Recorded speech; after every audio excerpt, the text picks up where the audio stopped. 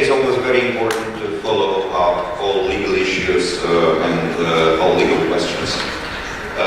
Now, I will try to first of all, to extrapolate a little bit on what very well was described by Kenny yesterday. And basically, I just want to put a little bit of human face to the magic word of institutional investor or pension funds, because we always refer them as people who are investing into car bonds and particularly into sovereign car bonds. But I would like to explain why they do this and why it is important for them.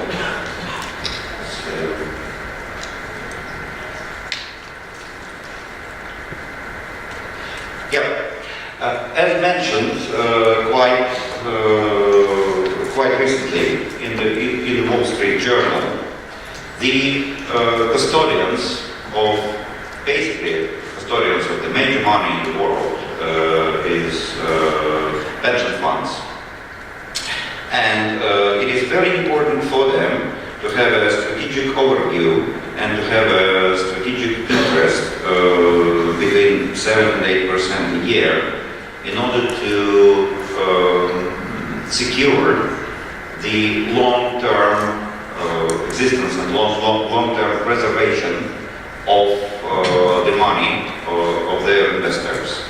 Unfortunately, after the crisis, not only one but several crises, many funds have faced a situation when in the low interest environment they have to revert to some form of what they call alternatives.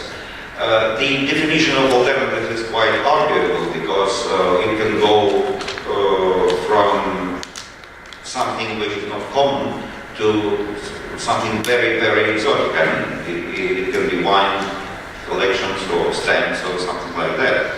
I'm not offering to get into these types of exotics, but up until very recently, insurance-linked investments have been treated as an alternative for the key mainstream investments of pension funds.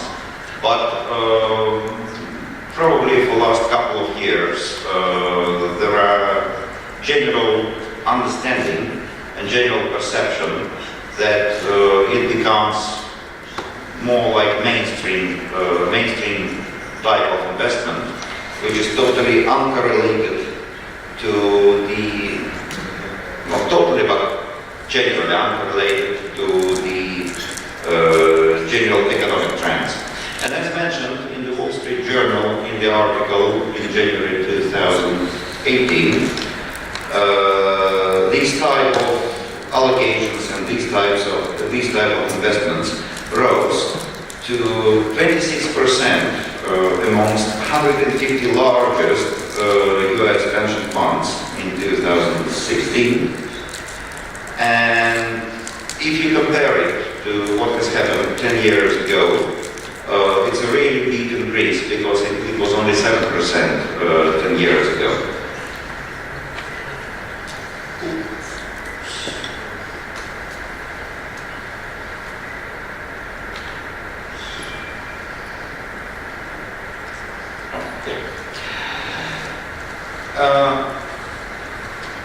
Also, what is very interesting, it's been context allocated trends report, which have been surveying about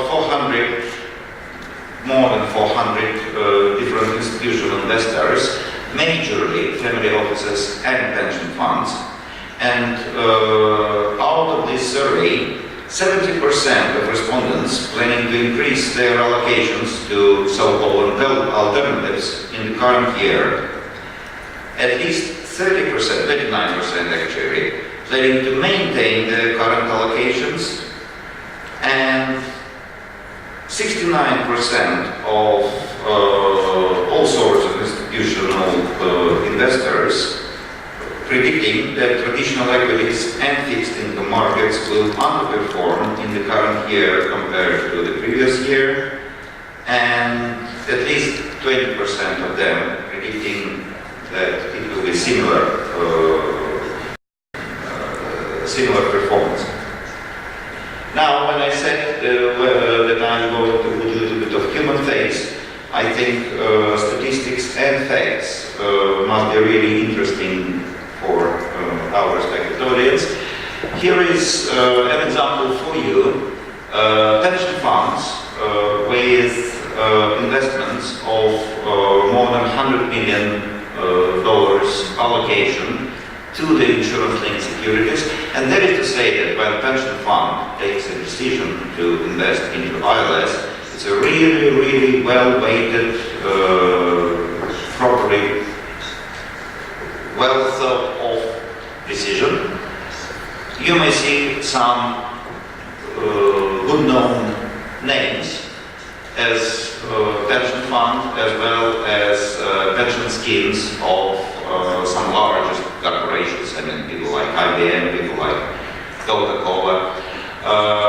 Interestingly enough, in the ILS industry, we have a very interesting example, which is Ontario Teachers Pension Fund, who for many years have been a pioneer and the most proactive investor into the ILS field. They really enjoyed it. They have been increasing their allocations all the time, and it's teachers' pension scheme. So sometimes things become really interesting. Also, the next slide, I just want to show some not really huge pension schemes. It is two examples of relatively small pension funds, and that is for you to see and to understand what is the mindset of the investor when they are thinking of allocation for the ILS. And one is for one of the largest energy suppliers in the United Kingdom, and another one is an engineering company in Germany.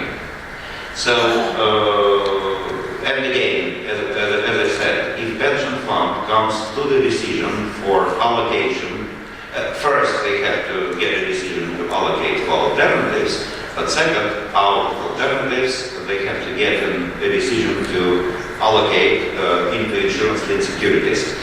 Now, the question is, why do they take these decisions? And the next slide, probably says everything about this. Again, as mentioned yesterday, Henning from Hanover Re have showed us something similar compared to bonds and other stuff. But here is a little bit more comprehensive overview of the comparison of Swiss Re bonds index to all other key and core classes of investment. And as you can see, it outlines not only the steady performance throughout different turmoils, which again underline the question of uncorrelation, but also those events which are triggering, which have been triggering, which have been large catastrophic events. They also do not touch too much the performance in a longer terms basis. And again, probably the largest bleed we had in ILS was the last year with Harvey, Irma losses and massive losses. But I would say that it was more driven by the general market perspective rather than being a real loss as a loss for the insurance-linked securities. And just to outline, again, thanks to our respected colleagues from Swiss Re who are calculating the performance of the largest ILS indexes and ILS funds, you may see on this graph that each and every large and well-known losses happened over the last 10-15 years obviously had a very momentum reflection on the index performance. However, the general trend and the general stability of the ILS investments is very well represented over here.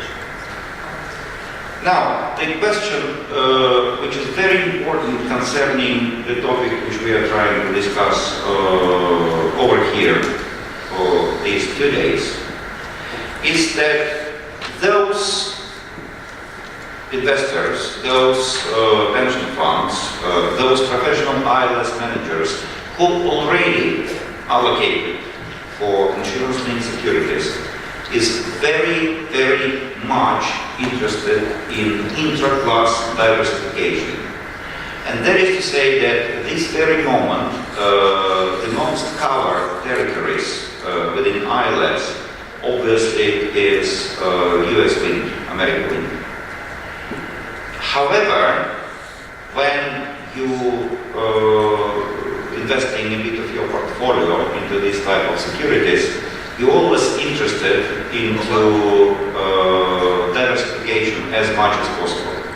And that is why we all can be most sure that whatever new territorial allocation or perils allocation in addition to the existing market will be really, really well perceived by investment markets. And also, investment into catastrophic bonds always improve portfolio risk statistics, and as shown in the chart below is a very good justification of how portfolio managers of pension funds see that.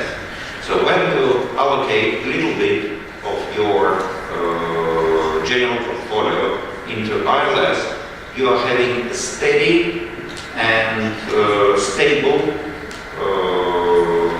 type of investment, which is really healthy for your general performance of the fund.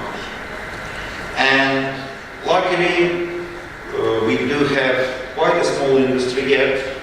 Vast majority of investments into ILS is performed by so-called ILS managers.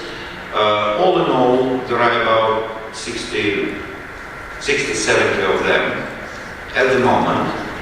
And here is a chart which is very much showing development of the assets under management within these professional ILS fund managers.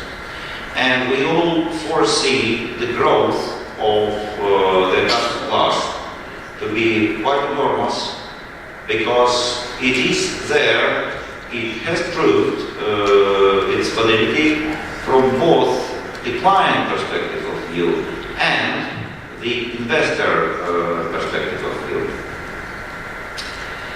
So, pretty much that's it.